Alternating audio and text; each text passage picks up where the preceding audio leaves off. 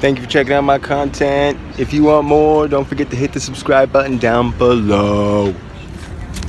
All right, here we are at the courthouse. I'm Courthouse Khris. And what brings you out here today? Violation of probation. Okay, all right. So what was the situation that led to the violation of probation? I got a DUI. Okay, so that was the initial charge. Okay, so were you leaving your house? Were you leaving a party? I was. A lot of bad decisions were made that day. A lot of bad decisions were made. My only problem is that when I was charged, it said that I refused a breathalyzer in Michigan, and that was completely false. I was never in any legal trouble in Michigan. I went there to take care of my mom with Alzheimer's. I was never in any trouble, and it was on there. And I had 3 different public defenders, and I told each one of them, this is not true. And it never got erased, and I ended up being in jail so long. I just said, fine, I'm guilty, and I'm being, like, whatever consequences I had, it's as if I had my second DUI, not my first DUI. That sounds miserable. And you said this was up there. So did you get pulled over down here? You got pulled over down here with the DUI, but they had that on your record from up there. Right. That sounds miserable. So they already thought that you did something. Now, do you think that somebody could have gotten a DUI with the same name as you? Because this has happened before. It's possible. I did have a license in Michigan. Before that, I was in Ohio. I only lived in Michigan for like 3 months. Okay. And I got a license there, and so, but my public defenders did not check into that and get that removed. So. Well, it sounds like they're slipping just a little bit. It sounds kind of important because the second DUI is not anything deserved if you didn't have the first one.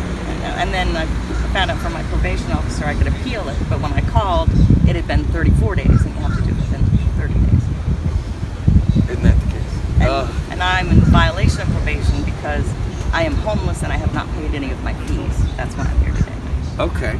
So, do you know what kind of consequences? Like, are they going to give you jail time? They could put me in jail. So that's a possibility. It's a possibility. Now, if they did put you in jail, do you know how long that would be for? For like a week, 2 weeks? I have no idea. I'm sorry. I have no idea. So you're just walking in there with your hopes up high, just hoping. Well, I brought stuff with me, like my IDs and everything I need for them when I get out of jail, just in case. Absolutely. Okay, so going through all of this situation, do you have any advice that you give anybody that might be, going through a similar situation where they're having to deal with something that they didn't do? If you didn't get that first DUI, you should not have to be dealing with it. Yeah, I don't know. I guess, the only thing I could have done is stay in jail longer to get them to remove it, and I just wanted out. Yeah, nobody wants to stay in jail. No. So, I did make bad decisions, and I deserve to be punished for the DUI. Bad decisions were made that day, but I just have a problem with being punished as if the second, and that charge is totally false. So is there, any way of getting that removed at this point, or are we looking at that's just stuck there now? That's just stuck there. They told me I had 30 days to appeal, and I didn't call the office to appeal till 34 days. Till 34 days. But thanks for letting me speak my piece, because it makes me feel better to get that out, that's what happened. Absolutely. Well, that's what I'm here for. I love to hear the stories. There's a lot of people that come in and out of the courthouse every day, and you never know what they're going through. And it's kind of nice to hear some of the stories. And to be honest with you, a lot of people are going through similar situations, and they feel like they're completely alone. Like they're the only one going through that situation, but it's not true. Yeah.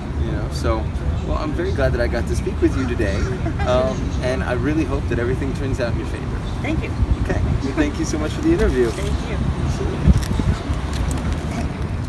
Thank you for checking out my content. If you want more, don't forget to hit the like button and subscribe.